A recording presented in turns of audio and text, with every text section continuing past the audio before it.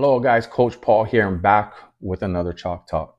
All right, today's topic is I get this question asked a lot because a lot of the athletes we work with are kind of in that middle school age. It could be anywhere from fifth, or we worked with them since they were like second, third, fourth grade, and then now they're getting into the middle school, seventh, eighth grade years, and parents are real curious because they hear about all these kids repeating grades. So, should athletes hold back, meaning repeat the eighth grade? It's the common question, and it's today more and more, especially. I know it probably happens across the country, but here in Hawaii for sure, holdback is a common thing. So I mean, I worked with an athlete that actually held back twice, and I didn't give any advice on this. I just know it was the truth. Where this they held back one time at one grade level, and then participated, were training with us, and then they decided to hold back one more year, which is insane because the rule in Hawaii, just so you know, if you didn't know on the holdback, make sure if you're planning to stay in Hawaii for their senior season, they have to be 18 years old throughout the season. So if they turn 19, they'll be ineligible. So, in this kid's case, he would have been ineligible his senior year in Hawaii. So that's when I brought the attention and I asked that question to the parents. I said, look, you guys already know, like he'll be ineligible, here in Hawaii for his senior year of football because of his age. They said, oh yeah, we noticed. That's why we're moving to Vegas. So like in Vegas, you can be 19 years old during season of high school football. So here's what was crazy.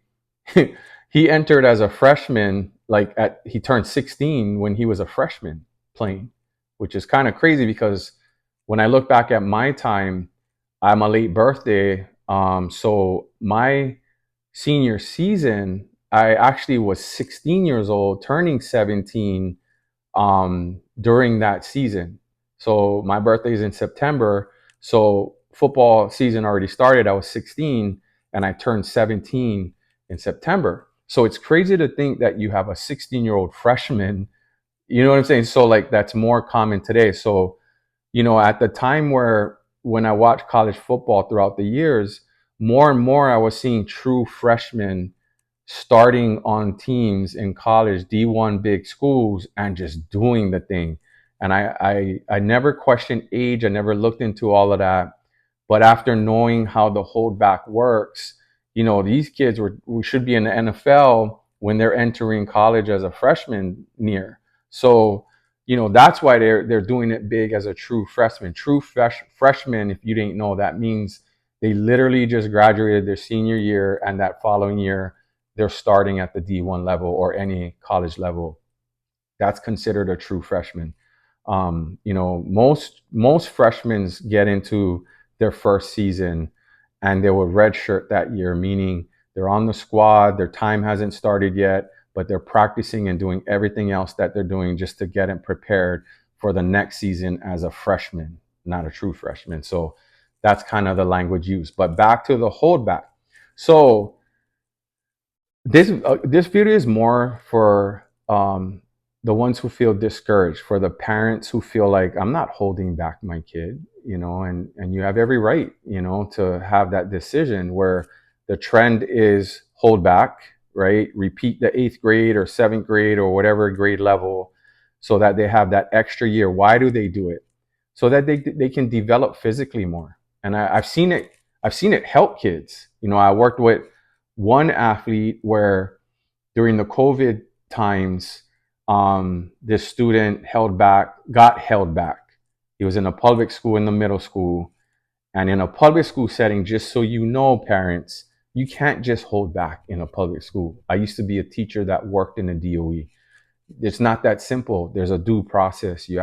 Teacher has to come to the board, which is principal, vice principal, counselor. Everybody gets involved and has to make a mutual decision on why this child can hold back. And it always leads to, their academics and not being able to do it. So you can't just hold back in a public school that easily. Like you can't just go to the school and be like, I want to hold them back. It's not going to happen.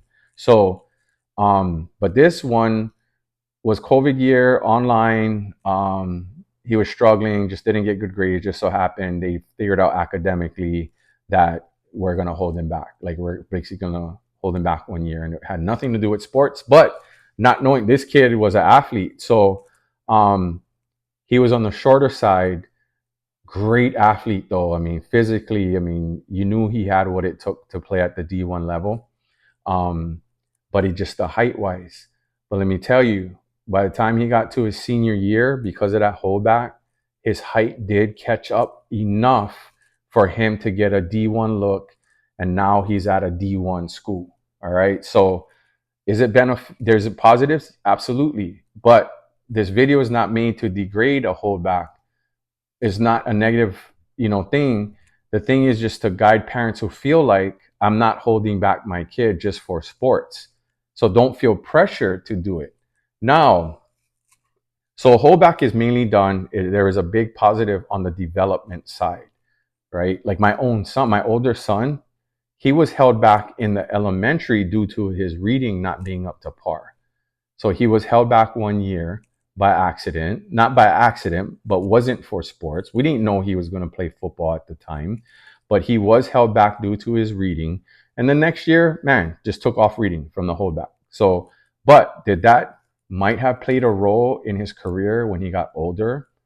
I would have to say yes. I mean, he was one of the more fast kids. I mean, he was the 100-meter champ as a freshman. He was the high jump champ as a freshman in high school. And he was on the varsity 4x1 team and was the public OIA champ with that team. So, but I don't know, because he was our guinea pig for phase one in the training aspect, where he ran a 5 flat 40 his 8th grade year, which is still a good time for an 8th grader. But by the time we got him to his senior season, he was running a 4.40.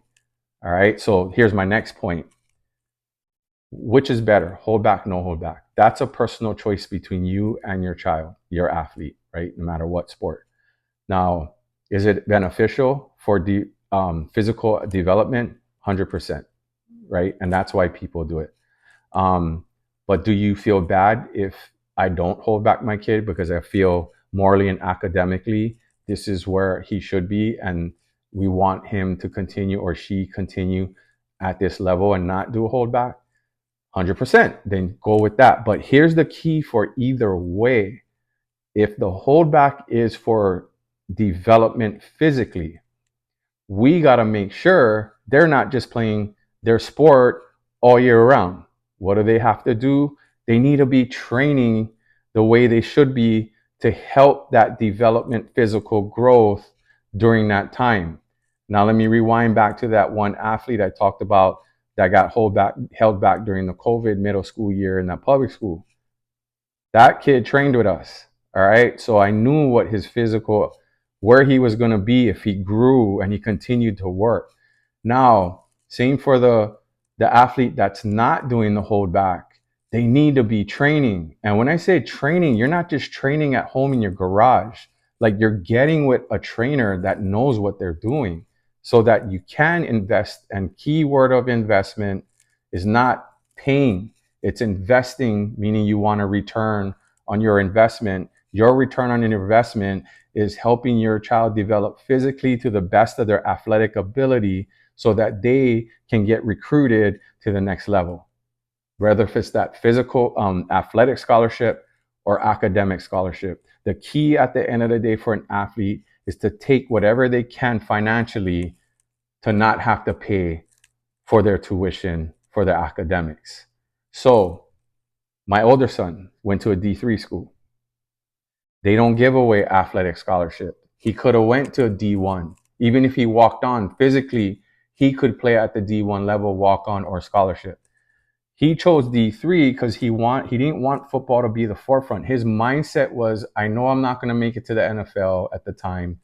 So I want to play football, but I don't want it to be just about football. When you go to a D1 level, academics is a must, but a lot of your time invested into your sport. So took the D3 route, no athletic scholarship, but because his grades were so good in high school, 3.5 and above, then because he was such a great athlete, they pushed to get him as much academic monies financially for his tuition as they could. He ended up only having to pay about $5,000 for the year after, and this school was expensive. All right, D3 schools are expensive because they're academically, private, or they cost a lot.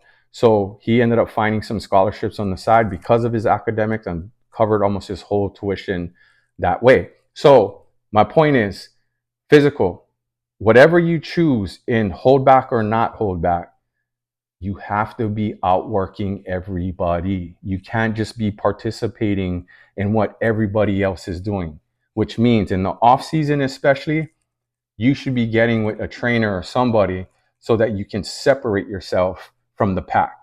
If you're just working out with the pack, and I'm not saying that, school trainers don't know what they're doing. I'm just saying that most of the time it's a coach who coaches football who's going to coach in the weight room to only the best of their knowledge. So it's not a bad thing, but it's only to the best of their knowledge. So my point to that is, if I in business want to make more money, so if I want to make $1 million, who am I going to get the training from? I am going to the person who makes $1 million or more, who's done it, who's paved the way, who can fast track me and teach me how to make $1 million quicker. All right. Without get rich quick schemes. I mean, it takes a lot of work and a lot of things and a lot of knowledge, but I'm willing to invest into that guy to help me make more money. I'm not going to invest my million or my money to make a million if this guy is giving me advice and only makes $60,000 a year. What? And that's what most people do with their training. They take their kids to this coach or this park trainer or this or that, when that person hasn't shown anything, hasn't shown any proof, right? Everything is in the results. At the end of the day, I always say that. Here in phase one, results. I don't care what age. We progress, we do testing, we train NFL guys, we train professional Olympic swimmers. What else more do you need? What else more do we have to say? I think our resume speaks for itself. I'm not saying we're the best, but results are proven. Okay? So, same thing. If I'm going to I want to make $1 million, I got to learn from the guy who's making $1 million or more. I cannot learn or take advice from somebody who has not done it. Make sense? Here at phase one, we went through a recruiting process. We were recruited. We were on scholarships. We played at high levels. We've been through the ups and downs. So we can share all this wealth of knowledge to your athlete. So again, hold back or not hold back. Either way you choose is good. It's just what you choose to do during the time of the hold back or not holding back is what matters the most. All right. So I hope that helped you guys. Again, it's always for the ones who are discouraged, who feels like, I don't want to hold my athlete back. I don't feel that's good for us. Then it is good for you. It is good for you to keep them going on track without the hold back. But again, whichever way you go, you have to be doing what it takes to get out of the rat race and what everybody else is doing. So with that said, take care, be blessed. Peace until the next one.